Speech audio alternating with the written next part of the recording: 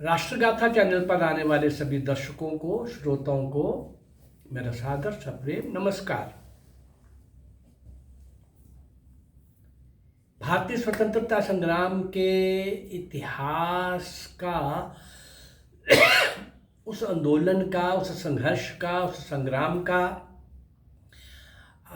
अंतिम वर्षों का कुछ घटनाक्रम ये मैंने शुरू किया है पिछले 2 एपिसोड से। आज तीसरा एपिसोड लेंगे। उसमें हम यद्यपि हर एक क्रांतिकारी को अज्ञात असंख्य क्रांतिकारियों को मैंने आपके सामने लाया है।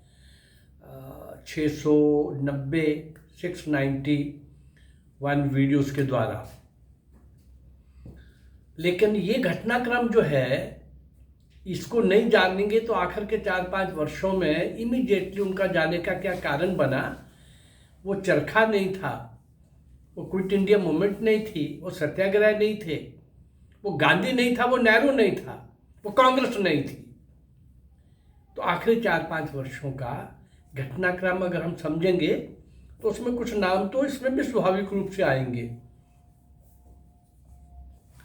हाँ, पिछले एपिसोड में हमने देखा कि वो कैसे कैसे अलग अलग स्थानों पर मुंबई में विद्रोह हो चुका था। मुंबई का समाचार कराची में पहुंच चुका था। यहाँ की परिस्थितियाँ भौगोलिक भी और अन्यथा भी कुछ अलग थीं। टापुओं में कुछ इनके जहाज़, जो 5 जहाज़ों के नाम मैंने बताए थे, वो भी सारा अलग अलग जगहों पर था। कराची शहर की तरफ बढ़ना उन सबके लिए बड़ा कठिन था, जो कि मुंबई में नहीं था। तो यहाँ विद्रोह अलग प्रकार से होना था। बहुत मीटिंगें हुई थी। आखिरी मीटिंग के अंदर पिछले एपिसोड में मैंने कहा कि 7 निर्णय लिए गए उस मीटिंग के अंदर, और उस मीटिंग के 7 निर्णयों के बाद अगला कदम उठाने की दिशा में निर्णय लेने के लिए विभिन्न केंद्रों की 10 सदस्यीय समिति का निर्माण कर दिया गया। 20 फरवरी को उसी स्थान पर फिर मिलने का निश्चय किया गया, और इस सारे के अंदर एक केंद्र का नेता श्री अनिल राय को बना दिया गया। इतनी सावधानियां रखने पर भी कब मिलना, कहाँ से मिलना, कैसे मिलना, अलग अलग स्थानों से आना है, टापुओं से आना है, एक केंद्र में मिलना है, ये सब सावधानियां रखी जा रही थी। तो भी अंग्रेज अधिकारियों को पता चल ही गया कि नौसैनिक और प्रशिक्षणार्थी विद्रोह करने की तैयारी कर रहे हैं। ऑफिसर कमांडिंग LAK चटर्जी ने धमकी भरे शब्दों में कहा, यदि बंबई की तरह जहां भी गलती की तो ये याद रखिए कि प्रशासन आपको कठोर से कठोर दंड देने में संकोच नहीं करेगा। ये सब सुनने के बाद सब लोग अपने अपने ठिकानों पर चल दिए। लेकिन जैसा कि पूर्व में निश्चित किया गया था कि 20 फरवरी की शाम को सभी लोग घूमने फिरने के बहाने सागर तट पर फिर मिले, और अगले दिन अर्थात 21 फरवरी को की जाने वाली हड़ताल के कार्यक्रम को अंतिम रूप प्रदान कर दिया जाए। और यह भी निर्णय लिया गया कि 21 फरवरी को मुंबई में मारे गए नौसैनिक साथियों के शोक प्रदर्शन के लिए भूख हड़ताल की जाए। विसर्जित होने से पहले सभी लोग एक दूसरे के गले मिले और जिंदाबाद के अभिवादन के साथ विदा हो गए। रात को सब अपने अपने कमरों में पहुंच गए। 21 फरवरी की सुबह हो गई। रात भर जागते रहने और चिंतन सागर में डूबते उतरते रहने पर भी वे सभी ठीक समय पर बड़े उत्साह के साथ अपने बिस्तरों से उछल कूद कर उठे और प्रातःकालीन कार्यों के से निवृत्त होकर उछलते कूदते तथा नारे लगाते हुए परेड मैदान की ओर बढ़ चले। कुछ लोग अपने जो आवास गृह थे उसका चक्कर इस उद्देश्य से लगाने लगे कि कहीं कोई अंदर तो नहीं रह गया। वे लोग नारे लगा रहे थे, इनकलाब जिंदाबाद, ब्रिटिश साम्राज्य का नाश हो, नाविक एकता जिंदाबाद। पूरा परेड मैदान विद्रोही नाविकों से भर गया। जो उन लोगों के नेता चुने गए थे उन्होंने पूरे समूह को 3 पंक्तियों में खड़े होने का आदेश दे दिया। वे लोग पंक्तिबद्ध खड़े हुए ही थे कि उनका कमांडिंग ऑफिसर दौड़ता हुआ, ब्रिटिश सेना का कमांडिंग ऑफिसर दौड़ता हुआ वहां पहुंचा और ऊंची आवाज में संबोधन करने लगा, तुम लोग कुमारी जेट्टी की तरफ बढ़ने की मूर्खता मत करना। कुमारी जेट्टी एक टापू था। पूरी जेट्टी को सेना ने घेर लिया है। तुम लोग वहां गए तो कुत्ते की मौत मारे जाओगे।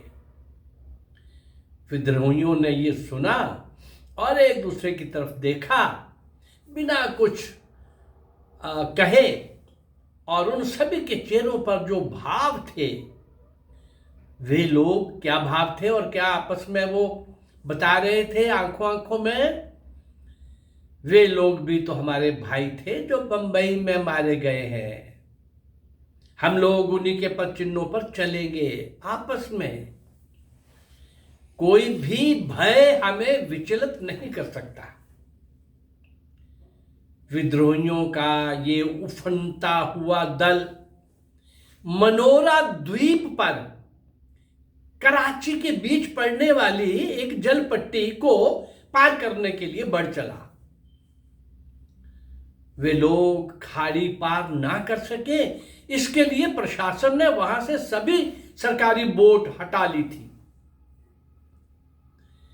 जब विद्रोहियों का दल वहां पहुंचा तो उनके सामने ये समस्या थी कि इस खाड़ी को कैसे पार करें। उन्हें कठिनाई में पड़ा देखकर स्थानीय मछुआरों ने उनकी सहायता की। अपनी नावों में लाद लाद कर उन सभी को कराची की भूमि पर छोड़ आए और उनसे उतराई के पैसे लेने से भी इनकार कर दिया।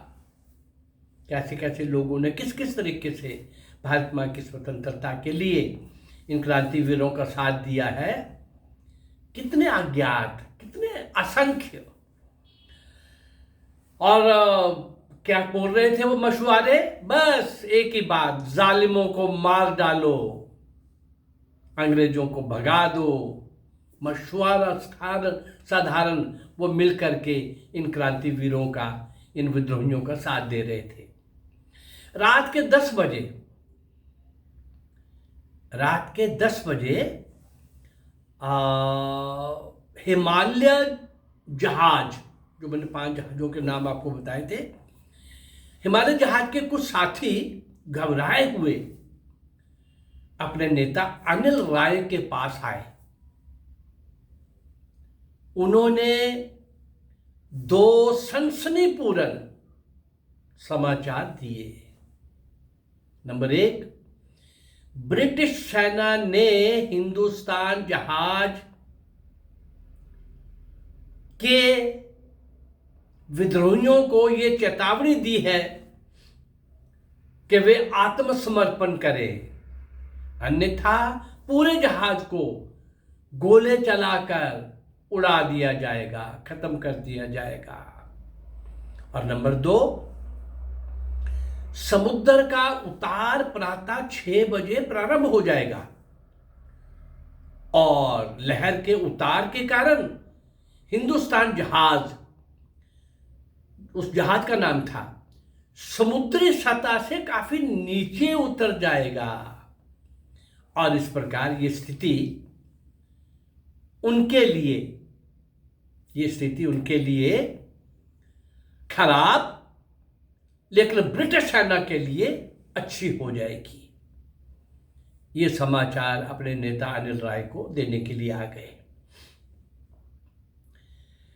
हाँ, इस तीसरे एपिसोड के अंदर मैं जो बताना चाह रहा हूं, ये घटनाक्रम अगर हमारे ध्यान में होगा तो अंग्रेजों के छोड़ने में इस नौसेना का, जल सेना का, वायुसेना का और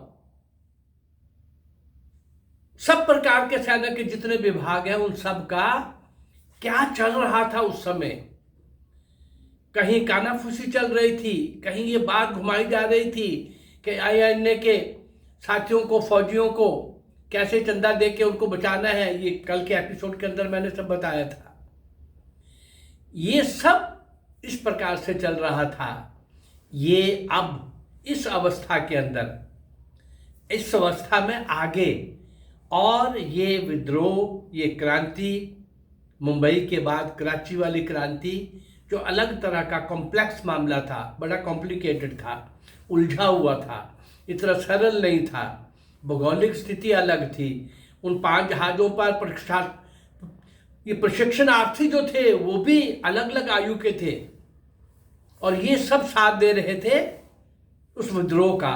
और मुंबई में जो मारे गए थे, बलिदान हुए थे, उन सारे साथियों के समर्थन में। चलिए आगे देखते हैं इसका आगे और कैसे संघर्ष होता है, ये कल देखेंगे। ये अच्छा लग रहा है तो इसको लाइक करिए, सब्सक्राइब करिए और इसको शेयर करिए। नमस्कार, जय भारत, धन्यवाद।